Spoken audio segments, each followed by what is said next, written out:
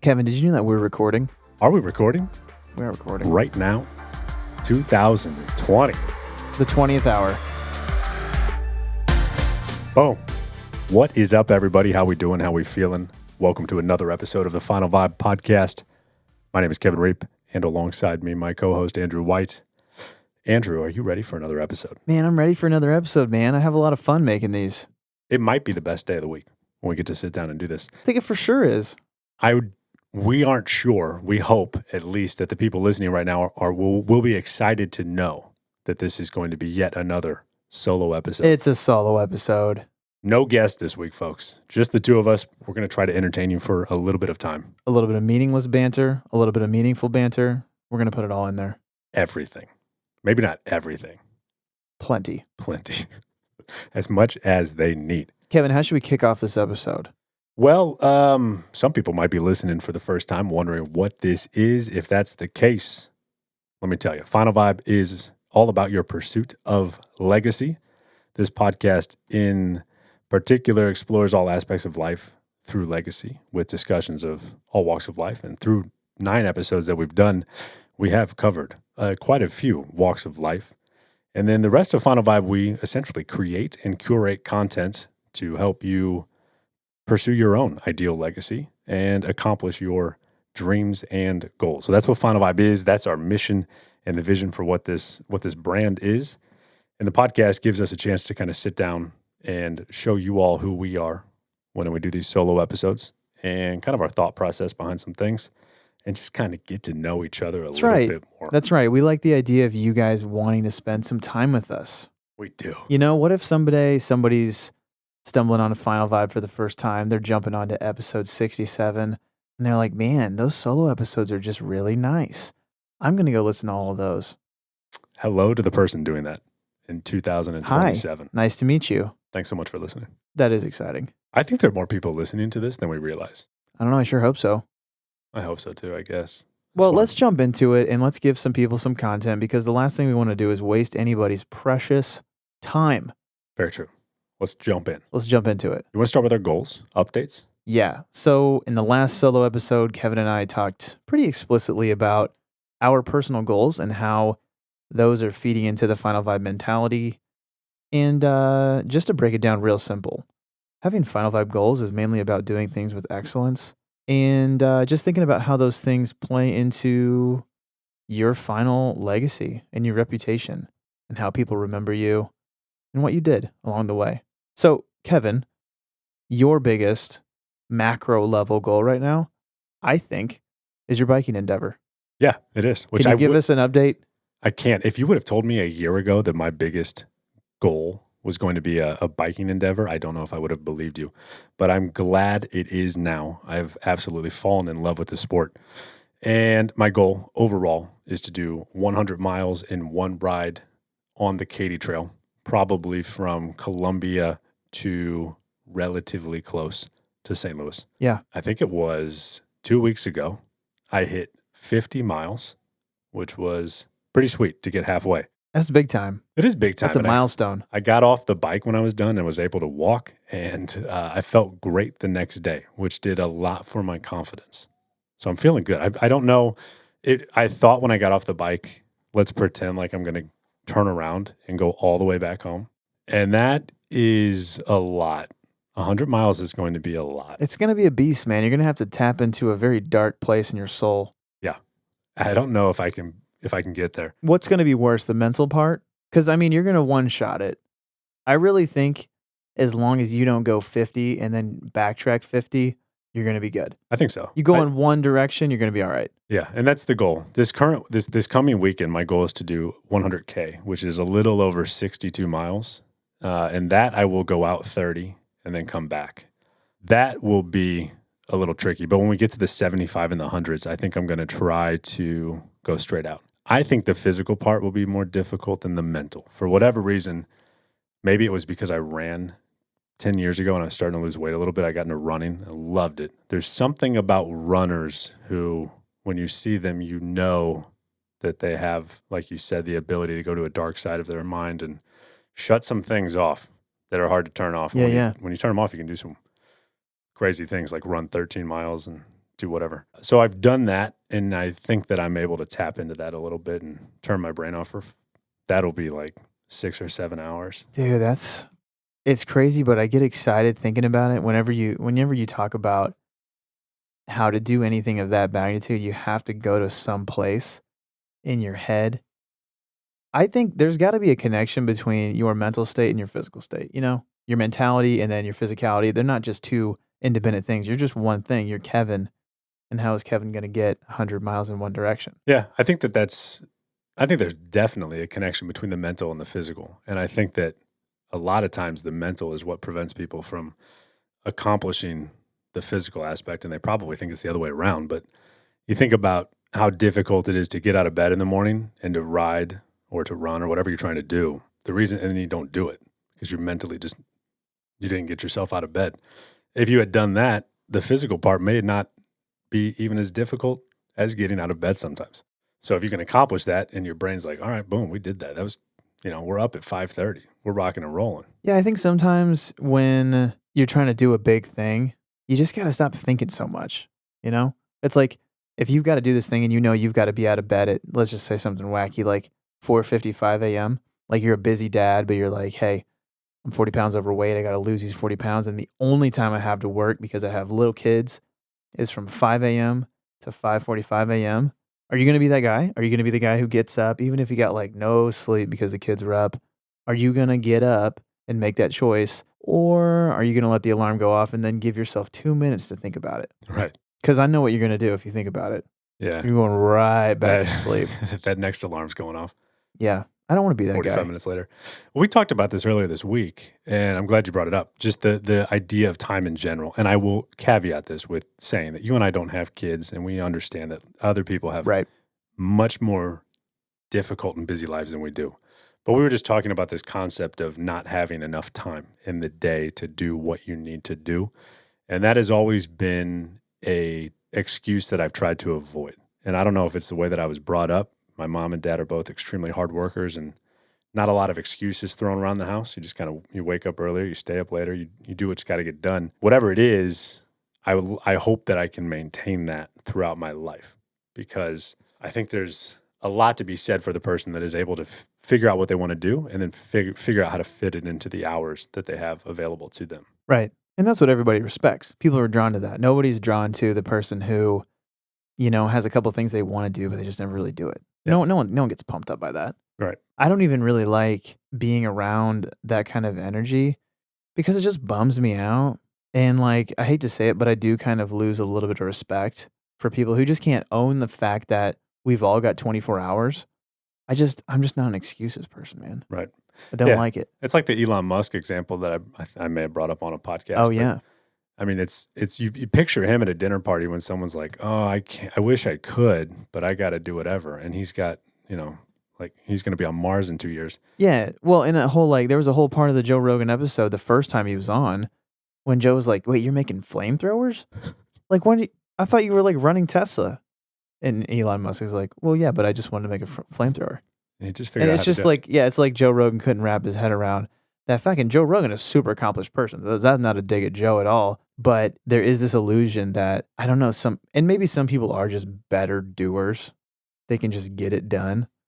That's probably a thing. Yeah. But man, everybody's got 24. Sure.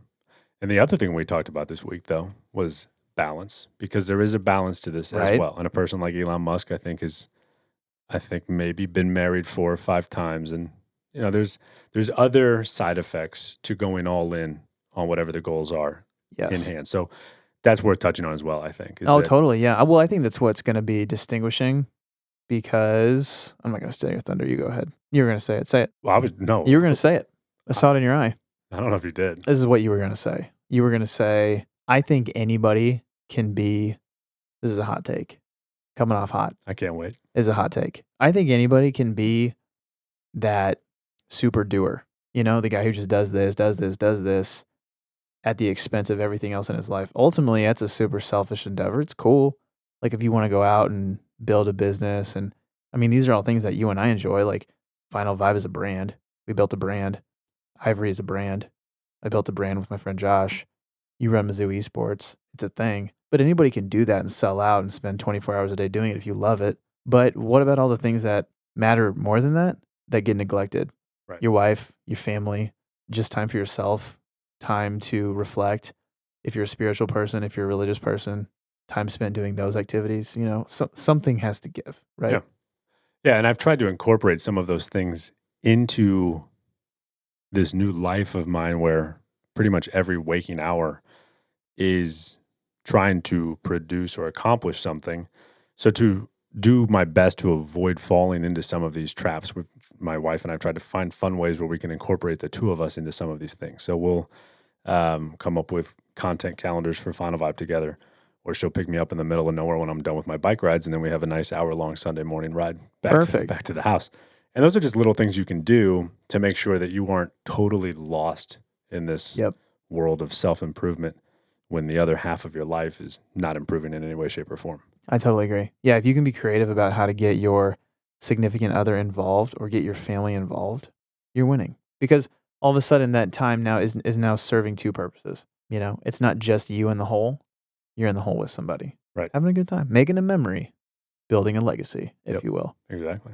And it's probably going to be a better legacy if two people are working on it together. Totally, man. I just think, I don't know what it's like to be, 80 years old and looking back on life, but dang it, man, if I'm the guy who just worked all the time, I'm sure it will yield cool things. I mean, I'm sure like people who have big houses enjoy big houses. Not that these are my goals, but big houses, the cool pools, the beaches, the vacations, the YouTube videos. I'm sure all that's a good time, but I just can't shake this idea that it would feel a little bit hollow if you didn't make time for the people that you really care about along the way. Yeah, I bet nobody on their deathbed was like, man, I wish I would have sent a few more emails. Like there's got to be a line where you're like, and like we said, it's just a happy medium of accomplishing what you need to check the boxes, pay the bills, and if you can have a job where you are passionate about it and feel like you're contributing to the world, even better. But yeah, and I think sadly, actually, there are some people out there who do just grind it out for the materialism, because I feel like there's this quote. I don't want to misquote this, so if this is wrong and I just put this person's name out there incorrectly, we'll edit it out. But I think one of the Carnegie guys is famous for saying something like $1 more, or like somebody asked him like what would have been enough, and he said $1 more. You know what I mean? But he wasn't joking. Like he wasn't being a funny guy. He was just like, the grind was all that mattered to me. Ugh. And most people hear that and you're like, oh man, that guy kind of missed it, right? Nobody's thinking that you should celebrate that sort of thinking, Yeah. I mean, but then when you're at that level of wealth too, I guess legacy, when your great-great-grandpa made insane amount of money, his great-great-grandchildren are still living off of that. I guess that's a unique legacy, but it's a legacy. I don't know if we're talking about that level of wealth.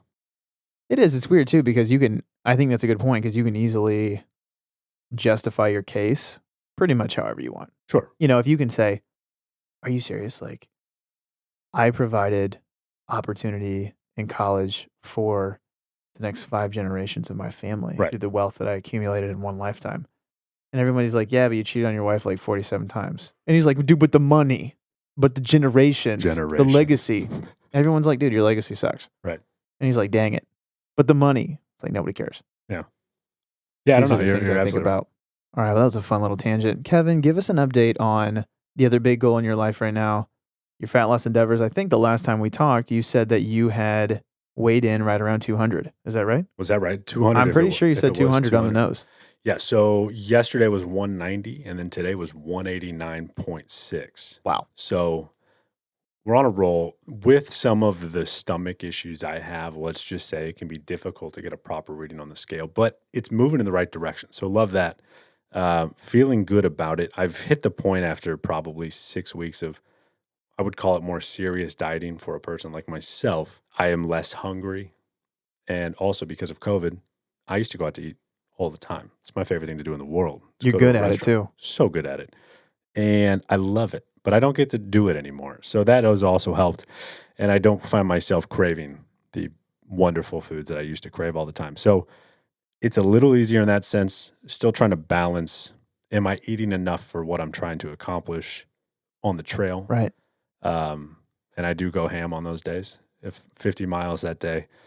I think you gave me a little bit of trouble. I ate quite a bit of pizza. I think I also got onion rings from Flat Branch because I gave you a hard time for eating that? Yeah, I think you said something like train like an animal, eat like crap. Oh, yeah. Yeah. Which I think we should still make shirts. I think that's a great line. Kevin rebrand. If that's my legacy, that he Train like an animal, eat like crap. I think it's hilarious. It is until I have a heart attack on the trail. But yeah, you don't want a heart attack. No, we'll try to clean that up maybe. We'll see. But yeah, things are going well, I think. I hit 189. I checked MyFitnessPal, and according to MyFitnessPal, first time since October 2016. So we're getting to pre-crazy health stress levels. Yeah. From my experience, anything below 190 is like noticeably different. I'll feel like once you start feeling it and seeing it, the rest is gravy. So totally. I'm motivated. I'm excited, happy with where I'm at. That's exciting. Yeah. Yeah. It's funny that you say that because when you have a fat loss goal, the first part is kind of hard because you're making all the adjustments and you're kind of eating a little bit less but you've not really gotten any of the fat off yet. So you just kind of feel like a slightly hungrier version of your soft, chubby self. Yeah. Kind of a bummer. Yeah. But like you said, whenever you get to that, usually there's a threshold that you become aware of. Maybe for you, it is 190 and you're like, okay, I feel different now. And that's the ignition it takes to turn up a little bit. For sure. And I know I said this, I think just in a recent episode of the podcast, but I think it's important to mention again, the first time I lost 80 pounds, 2010, 10 years ago, it took a month, maybe longer, before I got my first, are you losing weight? And then from that moment on, I was jiving on the internet because I got that. You get that frequently, all the time. Yeah. So I encourage people, as difficult as it is, keep going until you hear that, and then after you hear it, it ain't gonna be difficult anymore. That's the juice you need. Yeah. Don't even pick a number on the scale. Just just wait for it. Yeah, just keep, and you'll know. Yeah. Yeah, seriously, like you'll get social feedback. Yeah. I mean, even like in my fat loss endeavor, somebody literally just today was like, "You look thin. You lose some weight." And I was like, "I actually lost 30 pounds." And the other person in the room was like, "You've lost 30 pounds?" I'm like, "Yeah, I mean, yeah." Like, "How did you do it?" And then I just go tell them that I watch my calories and it's super boring and everyone gets upset. But yeah, it happens. They wanted the pill that you take every morning. Yeah, the pill, man. Yeah. You know what the pill is? I take a B12 tablet. Wow. Yeah. There you go, folks. Tastes like Pepto-Bismol, but I love it. Really? I just want it in my mouth. Well, let's flip the tables. Tell people let's update us on your fat loss goals. I'll goals. keep it quick. I already spoiled the meat and the potatoes of the update, but basically I have lost 30 pounds. I weighed in this morning at 171 pounds, and I don't really care, just to be clear, because I'm not that guy who's focused on a number. I'm excited about the thought of getting into the 160s just because it will mean that I've gotten to a place that's leaner than I've ever been as an adult, and that's cool. But I'm not attached to being 169, and as soon as I get there and I strip the body fat off, I'm excited to go into a muscle building phase. So I'm not going to be hanging out at 169 or anything like that. We don't get to see what 155 looks like.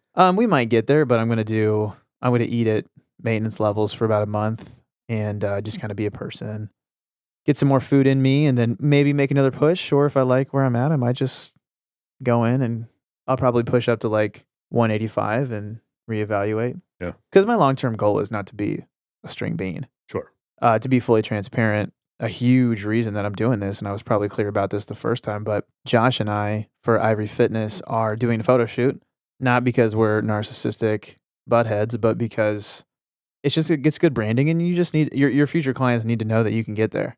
I mean, that's what they're paying you for. And I've always thought trainers, it's actually a pet peeve of mine, when trainers are like super overweight and they don't look the part, I'm just not really super interested, because that's what I'm paying you for. And unless you can at least point back to a photo where you did look the part, then I don't know, you lost me. Like you're not getting my purchase, sure, type of thing. So I just don't want to be that guy. And then the second half of my big fitness goal is just to build a bigger client base with Ivory Fitness. Ivory Fitness is a company that Josh Meidel and I started on January 1st of 2019. For everyone who's tuning in for the first time, we do body recomposition, which mainly means that we help people lose body fat. Sometimes we'll get a guy who wants to put on some muscle, and that's totally cool. But mainly we just help people get a little less fluffy and feeling better in their own skin. And that's been really good. Yeah. That's awesome. I think it's dope that we're building things. Building a brand it's exciting. And to be able to do it in a time like this, it's nice to have such a creative outlet. Dude, it's super great. I love blogging for Ivory. I love doing the Instagram content. It's fun. Like I get up every morning between 6:55, and if I'm sleeping in, it's usually like 7:15, and I just crank content. Yeah. It's so fun to me. Yeah, that's great. Yeah, and I've bagged a few more clients. I've never had as many clients as I do right now, and I'm very willing to take on more, but it just feels good that people are slowly starting to put trust in me and Josh and the content. So I'm just happy, Kevin. That's all I'm trying to say. I'm happy. See, I love it. And I like that we can be as transparent as we are on this podcast, because the whole point of FinalVibe is that we have publicly told people what our goals are, what we're trying to accomplish, who we want to be. And then we're using our podcast to hold us accountable. But people can do this through other ways. You don't have to have a podcast. You can tell people what your goals are in your family. You can do it on Instagram. You can do it on Facebook. You can create a YouTube, whatever it is. But it can help you hold yourself accountable to say, this is what I'm going to do. And then walk everybody through the process while you do it. Well, here's a really cool idea too. I have heard of people making secret sort of fitness pages on Instagram where it's literally some fake name and there's no picture of you. It's like a, whatever. It could be an avatar, it could be black screen, whatever. Anybody, and it's a private account. So nobody knows what this account is. It's basically this hidden account in Instagram, and you get to log your journey without the fear of judgment from other people, but in a way you're accountable to yourself. So for example, some people will be like, hey, this is me, my before picture, day one, and they hate the way their body looks. And it's out there. Like it's on the internet, but nobody can see it. And they know, and they put in that caption, things change today. This is me today. This is not going to be me in 6 months. And the person that I am in 6 months is not going to be the person I am in a year. And then all of a sudden, in a year, when you've lost 20 pounds or you've gotten into a gym routine or you're just a healthier person in general, you get to look back and be like, that was me. And I was sort of holding myself accountable just through this creative little Instagram idea. And that's cool. Yeah. That's stinking cool. Yeah. I think one of the things we want to bring to this podcast is sharing those little nuggets of, have you thought about doing this? Have you thought about doing that? I think that's fun. Yeah. I think we'll find we do a handful of them. And then through the conversations we have with other people who are also doing cool things, that's the whole point. When we say create and curate content for people's legacies, curating it is by listening to other people who are doing the thing. Yeah, totally. Because you just haven't thought of everything. Yeah. Like, dude, none of the things that I do are like uniquely original ideas. I really doubt that anything I do is just purely out of my own imagination. I probably got inspired and borrowed it. Yeah. And I changed it and I made it work for me, but that's all it is, What's the next segment, Kevin? Let's shift gears. Now we could maybe zoom out, touch on some form of legacy somehow. Yeah. Do we want to do legacy? Yeah, we do. You said the word nature earlier. That's fun to talk about. We could tie that back to legacy. Let's talk about it. We could try it. We'll try it and see how it goes. I'm gonna set this one up. Set it up. I like to set the stage here. So I'm just gonna be honest with people, Kevin. We got some positive feedback on our last solo episode because we were just kind of being honest about big questions. We're just guys. I think one thing that annoys me about some podcasts is everybody positions themselves as an expert. You're probably not an expert. And even if you are an expert, I would think you'd actually be wise enough to know that you don't know nearly as much as you think you know. That's kind of the whole thing. Like the more you know you don't know. Right. So, Kevin, we're not experts. What is up with nature? You ever think about how weird it is? Like, what is the sun? I was driving early in the morning the other day to work, and there's this beaming ball of fire in the sky. What is that? Yeah, and then when you can see it, the other half of the world can't. Yeah, what does that even mean? How do we even know that? I had a Zoom call. This is regarding time zones now, I guess. Yeah. But I had a Zoom call a few weeks ago with a guy that was in Spain. And I said, good morning. And he was like, actually, I'm getting ready to get off work. And it blew my mind for a second because I couldn't comprehend. Right. It's just bizarre to know that we're all living in this gigantic planet in our own little worlds. And sometimes it's crazy to think about what other people are doing thousands of miles away. Right. And I have a blast. I'll watch Twitch sometimes and watch live streamers who will stream themselves walking up and down busy streets in London or in Russia or wherever. And I find some calm in watching a world exist far from my own. Yeah. So, for example, one thing, I just looked this up on the internet. You know how people say like the earth is spinning like super duper fast? Mhm. Yeah, we can't feel it. It doesn't seem kind of silly. Like you hear people say that, and you're like, what are you talking about? It's like you're telling me that right now we are spinning in a spherical nature at 1,000 miles per hour. I looked up right now, 1,000 miles per hour. It says the earth rotates once every 23 hours, 56 minutes, and 4.09053 seconds. What is it? I don't understand that. What are we talking about? It's the whole part of that is so difficult to wrap your mind around. And we've talked to a handful of guests who have talked about their faith and kind of and the background that has in their own lives. I have always, whenever I think about my own faith and my own beliefs, I always go back to nature and think about some of those things and how perfect everything has to be and continues to be for everything to work. Where that Right. big ball of flame is just far enough that we can have a beautiful day and cut the grass and get a nice little sunburn, but not too close that we're all on fire. It's pretty weird. It's And here's the thing. Here's what I'm going to say. You want a hot take? I'm going hot take. I'm not going to regret it. hot as the sun. I'm not going to regret it. You have to deal with that question. If you're a person, you have to deal with it. You have to confront it.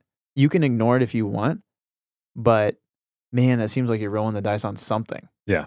I don't know. I don't really know what it could be, but to just ignore something like that, that seems crazy. Like you just have no explanation. Like we just moved into a new house. We're very fortunate. The backyard is so serene at night. I mean, you can see every star. Dude, it's beautiful.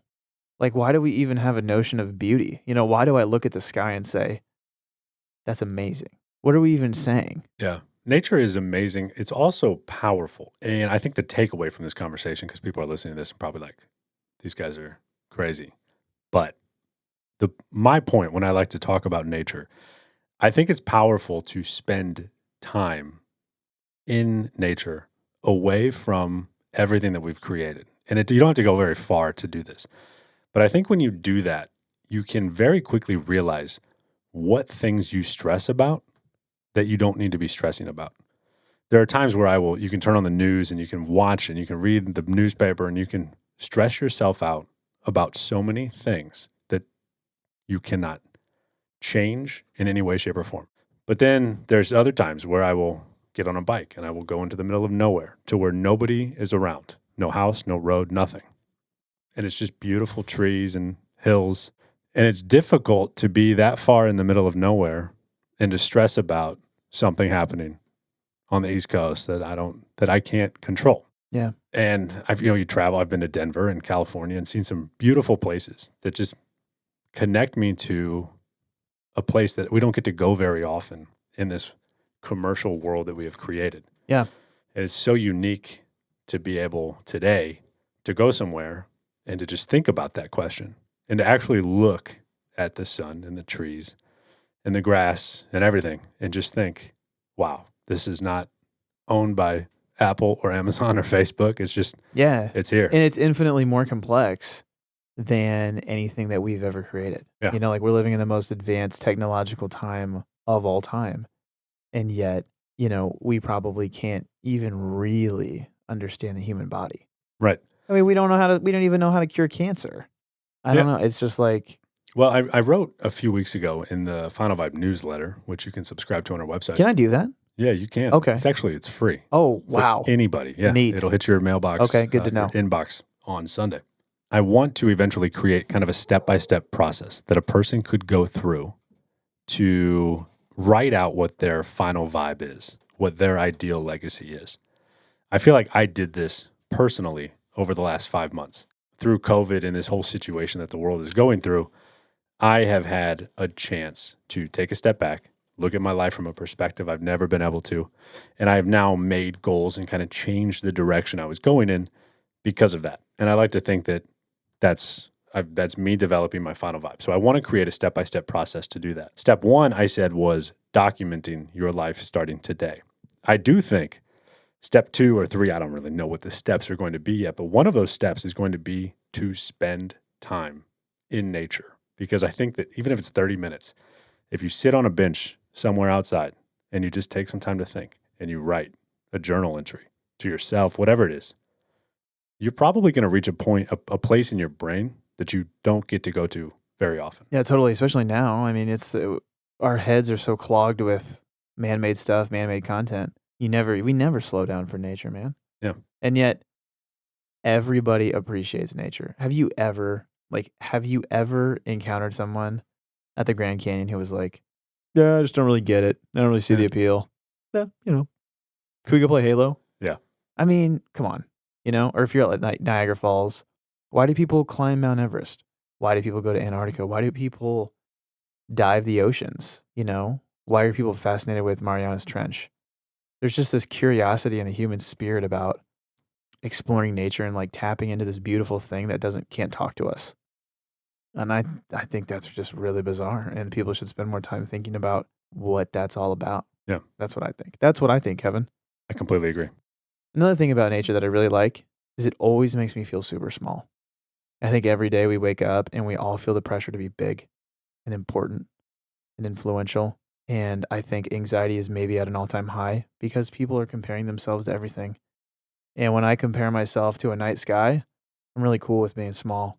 Like being small makes me feel good about myself, It really does. Comforting. It does put so many things into perspective when you look up and see how far away stars are, how big the world is, how many people are here. And it does make you realize, again, how silly some of the things are that we stress about. Yeah, it's like what's beyond it too. You know what I mean? Like if let's just go to another area of like basic science that we all probably agree on. We've all seen photos of the Earth from space. Big blue ball, green spots. And that's where we live, on the green spots. And yet it's a ball and it's like rotating, but it's floating in like space. You want to talk trippy stuff? Where did space come from? Sure. Yeah. I'm sitting here waving my hand in the air right now. What is that? Is it something or is it nothing? It's something. I don't know. Is it? See, and that's the people. There are probably people. There's definitely people who are smarter than us that can answer some of these questions. Yeah, with scientific words. Yeah, but they don't even know. That's what I'm saying. Like, you can explain maybe why some of it happens, but not how. Yeah. And that's fascinating to me, that we today, as a society, feel like we know everything. Everybody knows everything. So silly. But when you think about nature, you realize we don't know anything. You don't know and anything. I think that's pretty terrifying for some people. But I think it's nice to open your heart to that and be like, whoa, there is something going on that nobody's been able to answer. And I think that makes people open their eyes to, okay, what is a possible answer? Yeah, what is a possible answer? And I think about how brutal nature can be sometimes. I remember the tsunamis in Japan a few years ago, just totally wiping out coastal cities. In some sense, it's like nature, if we're calling it nature, something is ferocious. You know what I mean? Wildfires, ferocious. Earthquakes, ferocious. People die from nature, tornadoes, hurricanes. It's insane. So it's like, at the very same time, there's this very beautiful, imaginative, creative aspect of nature. People always say like sunsets look like paintings. That's so interesting that we would connect a sunset to something that humans can experience, when it's really like if the sunset could speak to us and look at our paintings and it'd be like, oh, it looks like me, Yeah. And maybe that sounds really stupid to everybody listening. It's a little cocky to be like, oh yeah, the sunset looks like my painting. The sunset's a lot bigger. Yeah. But it can be brutal, it can be beautiful, it can be all the things, and it's just hard to make sense of, man. It's worth revering, in my opinion. It is. And yeah, so I would encourage people to figure out a way to spend a little more time outside, whether it's walks, hikes, bike rides, whatever it is, camping. There's all kinds of stuff you can do. We have great friends that just moved to a small country town in Missouri, and it is one of the most beautiful places on earth. It has to be. Every time I go, I fall in love with it, want to move there. And then I remember You were about to move there. I was for about a week trying to, I have it saved on Zillow. Yeah, you looked at houses. The 3 houses that have gone for sale there, I've gotten those in my email and show my wife, and she says no to all 3 of them so far. So we're staying here. Yeah, you're staying put. Yeah, we're You're staying. staying put. No, I will. Columbia needs you, Kevin. It does, sure. You're the hero that we all needed, but we never knew it. Yeah, that you deserve but don't need. What is the phrase? Not the hero we deserved, but the hero we needed. Yeah, that's certainly me. But it's still great to go there at least annually and to spend a night under the stars next to a bunch of cows and just go like, wow, this is awesome. This is what Colombia looked like hundreds of years ago. Yeah. And it's just kind of sweet to see that type of world. Well, I wonder that too. Have you ever actually been in nature, in maybe like the woods or something, and wondering if you are the first human being to interact with that square foot of the universe? Ooh, I have thought about that. I've thought about that. Actually, when I thought about it the most was when I went to Iceland a couple years ago. Very impromptu, to do some photos actually for my music projects. And we hiked. Iceland had this cool law at the time, maybe they still do, where it's like the free roaming law, where you can actually walk wherever you want in Iceland. You can walk across private property. You just can't camp there, so you can't set up shop. You can pass on through. You can walk through somebody's private farm. And if you're wondering what farms look like in Iceland, they look like ice fields. But we just started walking. No trail, man. And like Iceland's barren. It's crazy. It's like this weird elf-like tundra. It feels so disconnected, but it's beautiful. It's crazy. It's such a weird place. I want to take my wife there someday. I've been twice. But I'm sitting here on a glacier. I'm literally on a glacier. And I'm like, dude, nobody's ever been here before. Like, I promise you. That place you may have been the first That's one. what I'm saying. Like, nobody's ever been here before. We walked 6 miles off the trail. Like, how many places I wish we could see, like if we had goggles and you could look and you'd be like, oh, somebody's been here. And then you could just go to like the green part on the goggle, like the red part's not cool. People have been there. You go to the green part and you're like, oh, I'm the first one. Got it. You can save those coordinates in your system and got them saved up. Yeah, it's weird, man. I mean, like mountain climbers probably crave some of that of reaching a point where X amount of people have made it. There has to be something special about accomplishing like a peak. Let's talk about that. What's up with rock climbing? Or more specifically, what's up with chasing the thrill?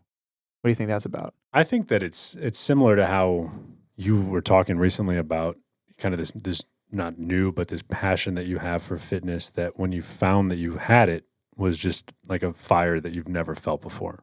I think those people have that, not just rock climbers, but people who do extreme sports. I think they have that, and their dopamine rush comes from doing something that makes other people go, you are insane. And there's people that will jump out of a plane and climb a mountain and do all kinds of insane things, then don't think twice about it. And I don't know what that would be. We have to get a person on the podcast who has. Yeah, that would be cool.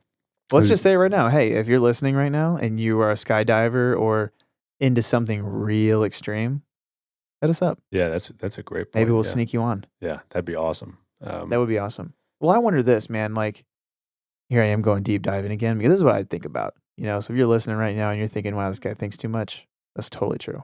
But it's our podcast. It's our podcast, man. Listen if you want to. All right, so speaking of rock climbing, this is the perfect example.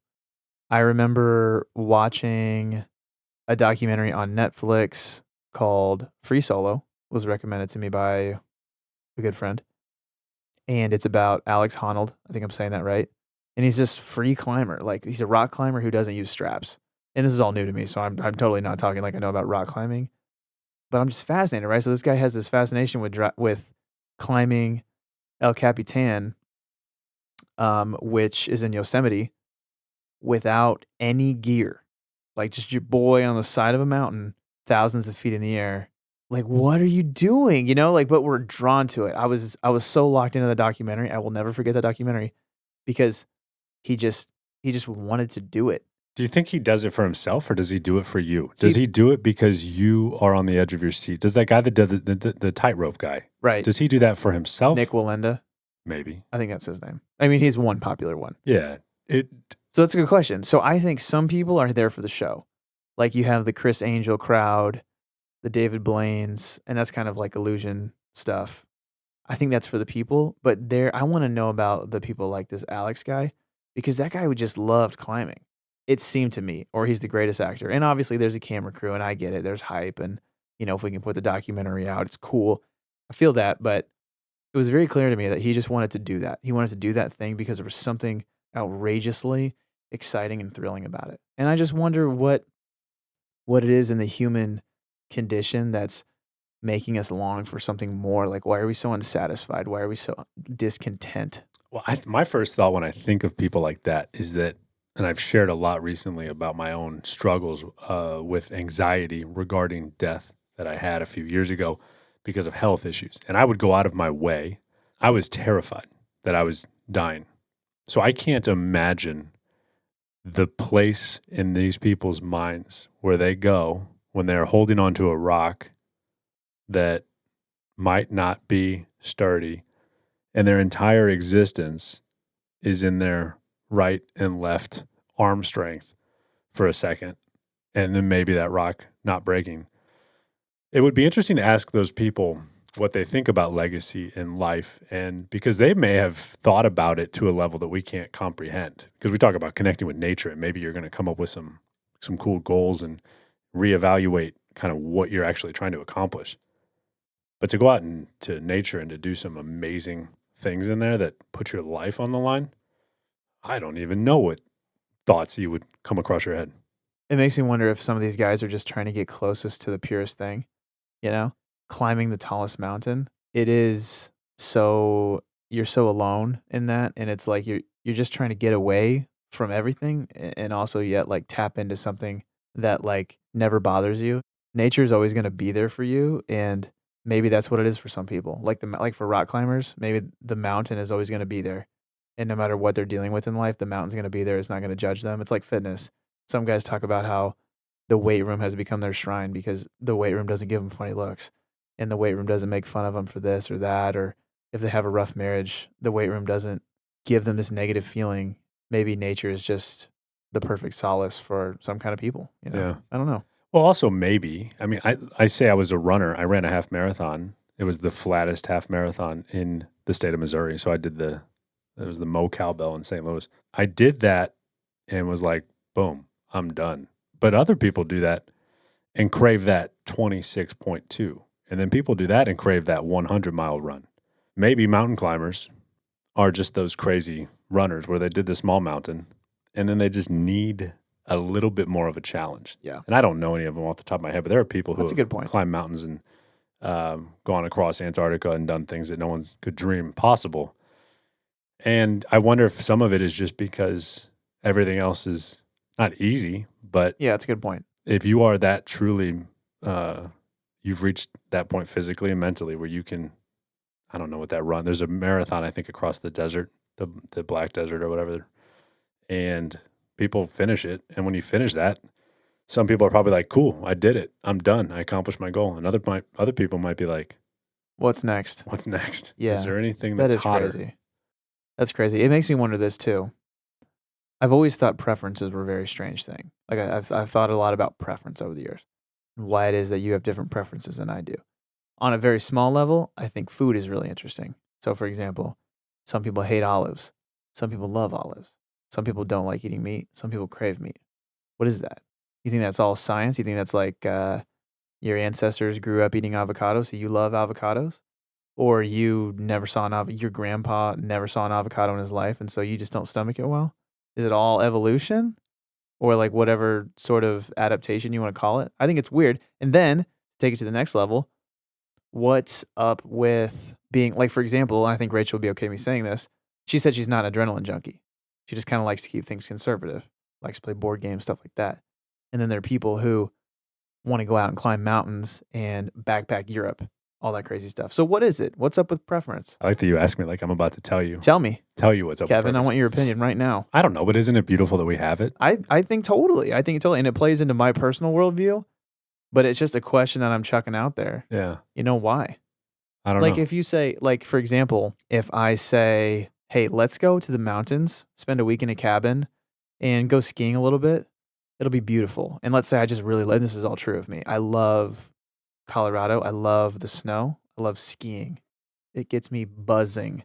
And I also just like the vibe. Like, so when you're like at Keystone and you're like milling around the lodge at night, there's fires, everybody's wearing flannel. I love flannel. Who doesn't love flannel?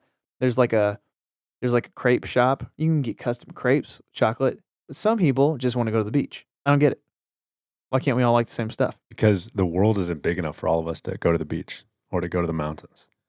So we got to spread it out. I just think it's very interesting. Very interesting. And nonsensical. Let's move on. When I was a kid, I saw David Copperfield with my dad. He brought me. I think it was in the Fox Theater in St. Louis. And I was a kid. I don't know if I remember all of this correctly, but here's how it went down. They filled up 8 beach balls. They threw them in the audience. They played music. When the music stopped, if you had a beach ball, you went on stage. No way to make sure that these 8 people had the ball, right? So yeah, purely random. Yeah. Yeah. The 8 people go on stage. They stand on bleachers. David Copperfield puts a sheet over them and sends them to Mars. The Hoover Dam. Is that the one that's in Nevada, right? I mean, I don't know where it is. No, what's the Hoover Dam? Yeah, I mean, Hoover Dam's famous. I don't know if it's in Nevada. Hey, Siri, where's the Hoover Dam? Oh, it's on the Black Canyon of the Colorado River on the border between the U.S. states of Nevada and Arizona. Yeah. There you go. He sends them to Nevada. And there's a cameraman there. They show up. And before they go, they were like, put this in your pocket. Here's a random thing. And when they're in the Hoover Dam, they take it out of their pocket. Right. And the guy's like leaning over the fence and like waving his hand at the Hoover Dam. And how did he do that? How did he do that? I still it's think disturbing, about that. actually. If I could ask one person one question, I would ask David Copperfield how he sent those 8 people to the Hoover Dam and how they got home. Yeah, that's really weird. That's crazy too, because I used to actually be kind of into Chris Angel. I honestly would probably be more into him now, except for his theme song. So weird, man. I don't remember it. He was the know one who that Chris could fly Angel low. is? I know who he is. Oh, I don't know his okay. theme song off the top of my head. It was, I can't even do it. It was like, Mind Freak. Mind Freak. It was like this hardcore rock in the background. Super goofy. He had a presence he was trying to make. Yeah, he had a brand. Yeah. But it was like witchcraft, weird gothic thing. I'm not trying to judge any of that stuff, but like if you're dating a girl for the first time and she's like, yeah, so like what are you into? And you're like, love Chris Angel. Peace. Even though he's a cool illusionist, but it's not very attractive. How great would that be if that was the first thing you said? Tell me about yourself. Love Chris Angel. Love Chris Angel. Yeah, but I mean, there's that one episode where he's like levitating over the Luxor pyramid in Las Vegas. I mean, the guy's just levitating. I mean, it pretty much seems real. I don't get it. I don't get it either. It sounds like crap to me. Are they paying a bunch of people to pretend? I don't know. Is it fake? It has to be fake. But like, it does have to be fake. Why? Isn't that weird that we look at it and we all know it's fake? Yeah. Are you saying magic isn't real? I don't know if that's what I said. I can't declare that that's what I said. What if magic is real? I remember actually being asked that question in college. And one of my gifts in life is making up nonsensical answers to appease a college professor. So he said, is magic real? And everyone's like raising their hand like, no, you silly goose. Magic isn't real. And I was like, I think magic is real. And he was like, tell me what you mean. And I was like, well, all it takes for something to be real is for people to believe in it. And if you act as if it's real for some people. And I think I got an A+ in the class. Wow. I don't think magic is real. But that's a great answer. His name was Justin. I still remember. He loved it. We were pals. It's a great answer for anyway, Chris Angel. Professor. Oh, yeah. No, that's a good story. That's a good story. All right. Well, enough talk of witchcraft and wizardry and Harry Potter and everything else. Kevin, let's transition into a section that we like to do at the end of our guest episodes where we just sort of bounce some fun, lighthearted questions back at each other because we're going to be totally straightforward. We want you guys to get to know our personalities and we want you to come to associate the FinalVibe brand with the 2 guys who launched it from day one. So let's jump in, Kevin. That was very well said. Let's have a little bit of I agree with all of that. jovial banter. Yeah. Also, I do want to say this. We said some interesting things about nature, science, the world, the universe, how people think, the human condition. And I just want to be honest and tell people that these are the things that I think about. These are the things that shape my own worldview. And frankly, I don't think people think about it quite enough. So thanks for getting through that with us. We just want to be ourselves. Yeah. So We'll probably do that more often. yeah, we'll probably do it more often. We got good feedback that people enjoyed us tackling. Well, not tackling, but I mean, just dialoguing openly about some of these big questions about life. So, yeah, that was fun. Thanks for entertaining it. Maybe Kevin. we should tackle it. In a couple of weeks, we'll be like, Yeah, guys, that's a we good figured point. it out. That's a good point. We'll write a book. We'll call it The Meaning of Life. Yeah. Just kidding. It's taken. Shocker. All right. Light me up, Kevin. Oh, I get to go first? Get to go first. Go. Last song that you listened to on Spotify. You're a music guy. Oh, yeah, I am a music guy, but this is... Do you listen to a lot of music? So you compose and create music. Yeah. And I would assume a person who does that has headphones on at the grocery store, in class, at the kitchen table growing up. Do you consume music as much as you create it? It's a good question, and I think you'll be surprised by the answer. I am actually probably the least musically stereotyped person that is actually a musician that you'll ever meet. I really don't like the musician stereotype. And no, I don't consume a lot of music. One of my good friends jokes that I don't actually like music. I just like some songs, like a few songs here and there. Like I can point to very specific songs that inspired me, but I'm not a gross consumer of tons of music. I'm not. Interesting. Yeah, I don't fish around for new music hardly ever, unless I just need a new bop in the gym. But I don't really listen to that music for like artistic reverence, just type music. The last song that I listened to on Spotify, this is actually kind of funny. I think it was, is it called? It's a Michelle Branch song. It's on a girl pop playlist that I like to bop in the summer in the gym that our friend Cole Crawford made. No way. Yeah, Cole Crawford. I follow a Cole Crawford. It's a girl pop. Hold on, playlist. I gotta find it. Well, it says right here that the last song I listened to was Yummy, but that's not true. That's probably your phone's been That's hacked. not true. Yeah, it's right here. It says, the last song, All You Wanted, Michelle Branch. Okay. So it's like, it's a song from like the 2000s or maybe even the late 90s. Who knows? A lot of good tunes back then. A lot of good tunes. Kevin, are you a beer drinker? A beer drinker? Yeah, you like beer? I do. I drink less than I used to. I'm a light beer drinker. I like all beer. What's your go-to light beer? Like, what's your football tailgating? Bud Select. Bud Select, yeah, Bud Select is nice. Yeah.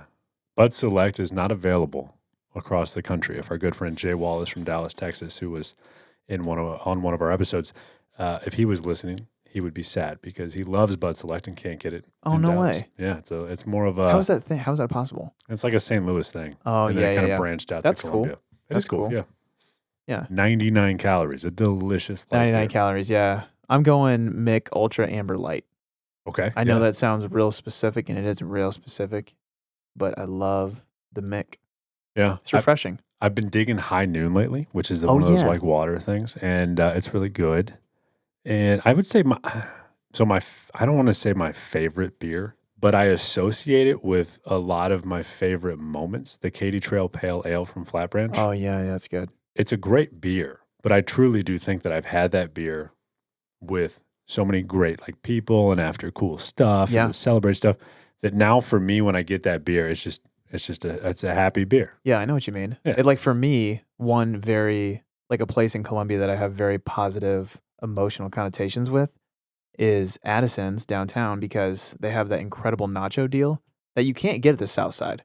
So if you didn't know, there is a second Addison's location in Columbia now, but they don't do the nacho deal. But I'm kind of okay with it because it forces me to make the trek downtown and relive the nostalgia that I had in college, that I had in my 4 years after college, and that I have in this sort of new sneaking up on 30 season of life. And for the very same reason, I just shared a lot of good memories, man. It's because it only goes into effect, I think, after like 10 p.m. Yeah, it's so a you're later there. one. Yeah, you're there late. with friends. You're staying up. The nachos are amazing, and it's a good time. Yeah, I got a little bit of crap for this.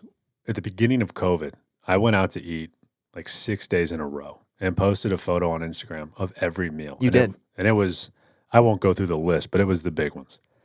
And it was like, wow, that was a lot of food. But I truly do associate these great places with great moments. And like for me, the food is great. Sure, of course, we love the places, but that's why I love them is because those are the places you go when you Exactly. have friends in town or whatever it is. Exactly. When I think about maybe leaving Colombia someday, that's what really bums me out the most, man. I just think I don't want to leave all the good memories. Yeah. You know, I will if life forces me there and there's a bright opportunity and it's right. But I want to be very honest. I really like Colombia. I love Colombia. I moved to Colombia in 2010 to start school at Mizzou. I discovered the MKT trail in my second semester, my freshman year. And that was the first time I think I was like, this place is pretty dope. And I started branching out a little bit. It's very cool. Yeah, it's a cool place. It was a little later before I was like, I'm going to live here. But yeah. And I Columbia's- don't think I was ever like, oh, I'm for sure going to live in Colombia. But it just kind of kept me around. You know, I had a really good time at Mizzou. I met a lot of great people. I met you at Mizzou. Did. And here we are, living life. And I think there's always going to be that curiosity of like, oh man, what would it be like to live in Los Angeles? What would it be like to be in San Francisco, New York, Miami, Dallas? I think again, it's just kind of the drifting nature of the human imagination. You know, you're always curious. Yeah, I think so. And I think people always think that the grass is greener. It's bizarre to me when I play video games, obviously, and there are times where I get a chance to talk to random people around the country when you're about to play in a game. Yeah. And there will be people in California, Colorado, Florida, whatever, these beautiful places. And I like to talk to these random people, and I'll ask them what they think about living in these beautiful places. And it's mind-boggling how many are like, hate it. I hate it. And it makes you wonder. Yeah, it does. If you moved to California and did the whole thing. If you hated it, that would suck. So it would, yeah. We can't, yeah. Nobody can really appreciate what they have in the moment. I try to. Totally, yeah. I mean, Colombia makes it easy to appreciate. I do, yeah, I think so. And I mean, again, that's a big part of Final Vibe. You know, you have to learn how to appreciate the current season to be the best season. I think there's a temptation for everybody to look back on old seasons of life and think those were the best days, especially college. Like a lot of people are like, "Oh man, college, those were the best years." This is what I want to be able to say. I want to be able to say those were amazing years. I love those years, but I've had better years, and they're going to keep getting better. And you have to fight for that. Yep. You know, it's not just going to happen. Like if you become a loser after college, yeah, then those were your best years. But you don't have to be that person. Yeah. Little hashtag Final Vibe plug right at the end of the episode. I liked it. Kevin, go. You got another one for me? Have you ever been mistaken for someone famous? That's so funny, dude. I don't know if you know how closely that hits, but I actually have a note on my computer of all the people that I've been told I look like. No, you don't. I do. It's the doppelgangers are out of control. Let me see if I can find it. It's been a while, so I wouldn't be surprised if it's been lost. No, I have it here. Literally, it says doppelganger comparisons. I've sent you at least 2. Oh man, I sent you a photo of that guy that was on stage at a conference I went to. Oh yeah, and that was you. It was actually me. I just never told you until now. It was me. It was Joke's on you. Bizarre the way he spoke, the way he looked. Yeah, I still can't believe it. Yeah, so it's so funny. I have 1, 2, 3, 4, 5, 6, 7, 8 people, and the criteria is that more than one person had to say it. Okay. I don't even know how to say this person's name. I don't know who some of these people are. Milo Ventimiglia. Okay. Don't know. Sounds Italian. Thomas. Maybe the guy from This Is Us. Don't know. Okay. Don't know. If you're listening, look it up for me. Tell me if it's true. The second one, I know this guy from a cheesy Netflix Christmas movie, but his name is Thomas. I don't know if I'm saying his last name right. Beaudoin. Thomas Beaudoin. Okay. Also, by the way, all of these people are just Caucasian males with a little bit of stubble and like a decently tight haircut. So if that's what I look like, yeah, surprise. Andrew Jenks, when I had longer, bushier hair, that one is actually pretty close. I looked him up. Andrew Jenks. This one I don't like because I don't like him as an actor, but Casey Affleck. Sure, yeah. So annoying. Yeah, I don't. Yeah, he is. I don't think it's very his upsetting fault, that people have ever said this about me. Sure, yeah. A couple people said the guy in the opening car scene of La La Land. Wow. He's an extra. I saw the movie. Don't remember the Well, guy in the yeah, opening. you don't. chorus. But I looked at it and I was like, oh gosh, that's probably the guy people are talking about. I felt exposed. That's amazing. Alex O'Loughlin, don't know him. Sam Hunt, is that the country singer? Maybe. I don't know. I don't listen to it. And then Aaron Taylor Johnson, don't know. Wow. I'm going to look up all these later and laugh at myself. I don't think I know any of them. Man, that's funny. I'm just going to launch that one back at you. Do you have any doppelganger comparisons? I decided to grow hair over COVID. I look Yeah. like, now I look more You have a quiff. beforehand. If I put a hat on in a couple years, no, I don't.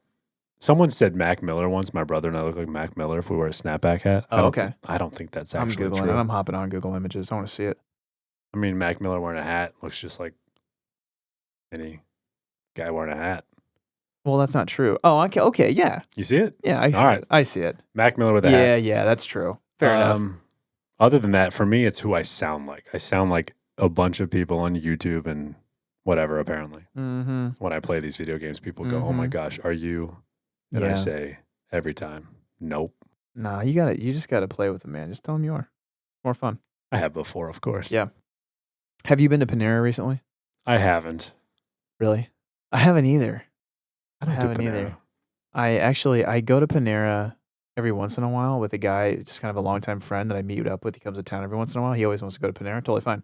Well, is it? I don't know. Well, anyway, he always gets a large Coke and one of those flour cookies. Like it looks like a flour, like Yeah. a plant, not like Delicious you bake with cookie. flour. Sure. Yeah, but it's breakfast. Oh, right. Yeah. Interesting breakfast choice, but I'm not here to judge. They don't have Coke either. They have Pepsi, I think. Really? Last time I was there, which Really? makes that even worse. Oh, man. And the fact that you buy a large soda at Panera is probably like $4. It is. How do you feel about the fact that Panera does coffee subscriptions now? Is that the future, or are they going to flop? It is. I don't think Panera's coffee is good. Oh, wow. Panera can't catch a break on our podcast. I've said it. I worked there for over 4 years. Yeah. Percentile Did the chance thing. that we get picked up by Panera Go. As a sponsor. Yeah. Ooh, maybe they would like hook us up and be like, please, like just try it again. Actually, that's Come so around. funny. That's actually brilliant. Like if I'm the Panera guy right now and I'm listening to the Final Vibe podcast, I'm thinking the most brilliant marketing move right now Get us is to flip. get these guys. Yeah. No. Just let us. They let us bash them. It's free advertising. True. You know what I mean? So they just bad sit back, press is still press. I guess. It's not that bad. I like the food. The prices are hilarious. Yes, exactly. That's all we're saying. That's all we're saying, folks. That's all we are I saying. have not gone. I went to Pancheros recently, which was a mistake. Oh, yeah. Let's get into that debate. Pancheros versus Chipotle. There's not a debate. It's Okay, Chipotle. fair enough. Pancheros is a great alternative when you've had Chipotle 5 times that week already, but it's never going to be chosen over Chipotle if you haven't had either in 2 weeks. I'm going to come at you with a hot take. I agree. I think everybody does. Okay, yeah. Maybe not so hot then. I will say this. I do think the tortillas at Pancheros are better. That is the only thing. Every time I eat Pancheros, I tell my wife, if only I could bring this tortilla That's right. across the street Yep. to Chipotle and say, here you go. Please make my burrito. Exactly. I think they put a little sugar in it or something, man. It just makes me want to, Yeah. you know. It is very, very good. And then they like pre-chew it for you in line with their spoon. Yeah. Let's tackle this question really quick. 10,000 calorie challenge. Mhm. You're on the spot. Yeah. What are you eating? What are your big meals? What are you big time going for? Well, I'm glad you brought this up. I think that as we develop a small audience, we could make this a fun thing and potentially, don't get too excited, folks, but we might look at doing a 10,000 calorie challenge day where we'll eat 10,000 calories Yeah. comprised of Columbia, Missouri That's favorites. right. That's right. We'll do this after we both hit a couple more fat loss goals and Right. take a weekend off. Would it make sense? Yeah. I think that would be a blast. My go-to would have to be, I think Pizza Tree would help me get a dense amount of calories quickly. Yeah. I think probably a full pizza, you can count on about 2,500 calories for a full large pizza. The large pizza that I get has got to be more. This- Okay. Yeah. Maybe it is. Not a ton more, but it would be more, Sure. I think. Steve and cheese with pepperoni, by the way. Never had it. Teach me your ways. Best pizza in the world. You know what would be fun is if you pick a place, then I pick the next place. Okay, so let's Ooh. talk about the challenge really quick. I feel like we got to do it now. We just went public with the idea. That's why I did it. Okay, I perfect. set That's it in called public stone for us. accountability. This is what Kevin and I do. We get on the podcast and we say ridiculous things so that we have to do them. I'm going to ride Otherwise- 100 miles. on a Otherwise, you bike. can slide into our DMs and being like, you guys are fakes. That's what I want. I want you to call me out. No, but basically the idea is Columbia, Missouri has a lot of good eats. We like our hometown. Our hometown. We're not from there, but our hometown. Yeah. Where our homes are Yeah, now. yeah. We like Columbia. I'm curious, if you're listening, tell us, what are the best places to go? Kevin, what would be your breakfast joint? You tell me your breakfast joint, I'll tell you my breakfast joint. I'm going to give you the, I want to say breakfast joint, I think would have to be Cafe Berlin. Yeah, I was going to pick that too. Okay, cool. So we're in agreement on that. Yeah. Okay, Cafe Berlin. Also, I'm thinking for 10K, which I have done in the past, it's not as easy as you think. We're going to have to hit probably at least 4 places. By the way, are we going to count liquid calories? Because I didn't count liquid calories. I don't know. I would say no. It's not fun. It ruins it. It does. Let's level up. I would just Eat the calories. then we'd get beers at Flat Branch and I would hit it in no time. Yeah, and if you don't know, one IPA is about 240 calories a can. So think about the last time you smashed 4 of those. That's 1,000 calories, folks. And that glass at Flat Branch is a little larger than a can. That's right. Yeah. Don't kid yourself. But I can't lose weight. I'm eating 1,400 calories. That's not true. Yeah. It's more than that. All right, so breakfast, we're going to Cafe Berlin. Should we call it morning snack? Or Yeah, I should we guess it call would it be kind lunch? of like 10:45. 10:45. We're at Cafe Berlin early. Yeah, early. Probably. Yeah, you got to start early on these challenges. Yeah. So we'll say we're there at 7. Okay. Crushing it. Boom. We eat. 3 hours go by.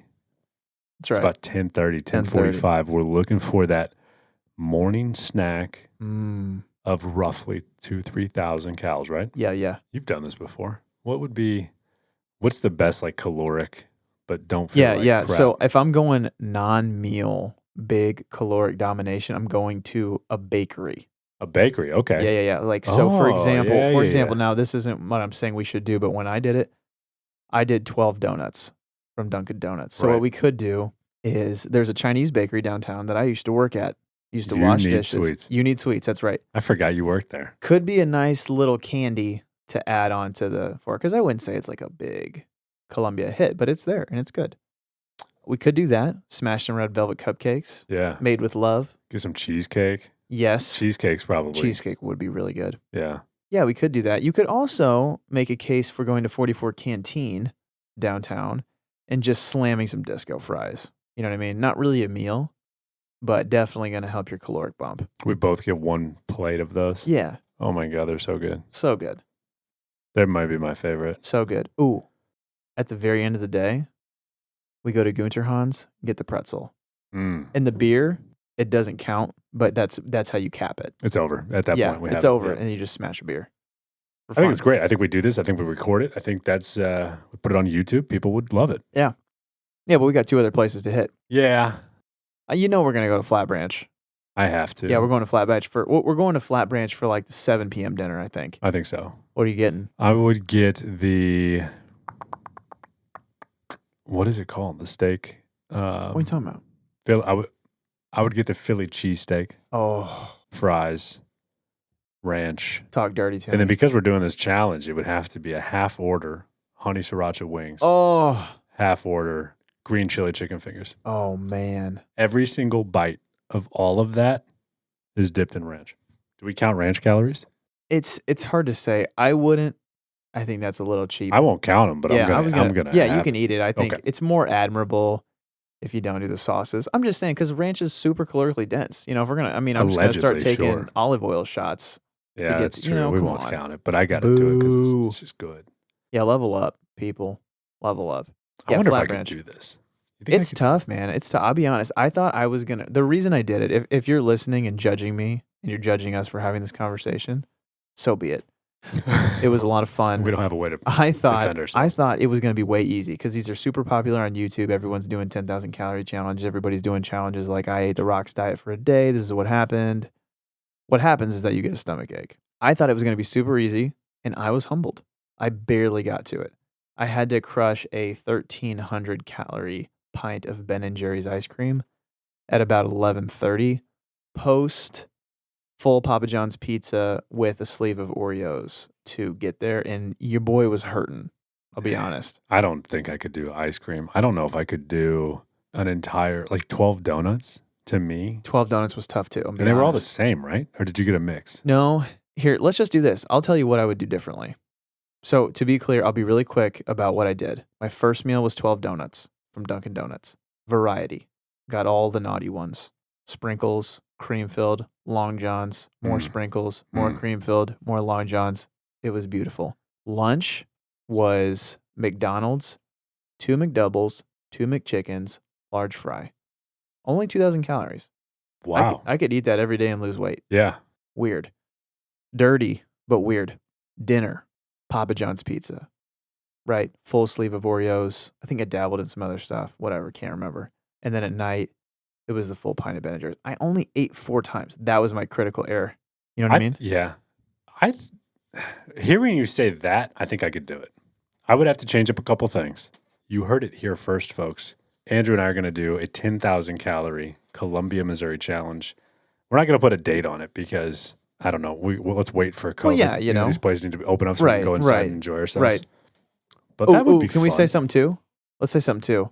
If you want to come video the thing, hang out with us. Yeah. We don't know what we're doing with cameras. That'd be amazing. If I don't have to sit here and talk into the tripod, come save us from that. Yeah. So if you're a young person with some skills, slide into the DMs. Do they we have to want be hear a young about person? No, I guess I thought like a youthful spirit who's like, oh yeah, I want to be a part of something like that. You know what I mean? Like a young filmmaker. Kevin, let's wrap this episode up. Let's do it. What do you say? Yeah. I think we should. Episode 10. It went a little longer than we thought it would, but geez, forgive us, you know? If you're listening still, guys, we appreciate you. And really do hope that you are at least enjoying yourself. You might not always take something away from every second of this podcast. What we want to do is entertain you, but then we also just want to show you that you can accomplish cool things and, you know, be normal people. That's what we're trying to do. That's right. Be normal people. Maximize your life. Should I send everybody out of here? Kevin, give us an outro. Give us a really brief update on where you can get connected to the Final Vibe experience if you're engaging with this content for the first time. Where can we find it? Yeah, if you are looking to change your life and focus more on your own legacy, maybe something we said today inspired you to do so, a Final Vibe membership provides you with immediate access to a community of people doing just that, as well as plenty of other exclusive content. Today's episode was produced by co-host Andrew White. If you liked what you heard, please subscribe to future episodes and tell at least one other person about what we are doing. We appreciate all the support that we've received so far, and we hope to see you guys online. You can see us on Facebook, Twitter, and Instagram at Final Vibe, and we have a website with our own coffee blend and some pretty sweet apparel at finalvibe.com. Enjoy the rest of your week, folks. We really do appreciate you listening to us just empty our brains out of your speakers. Until next week, thanks for listening. Have a killer Tuesday, everybody.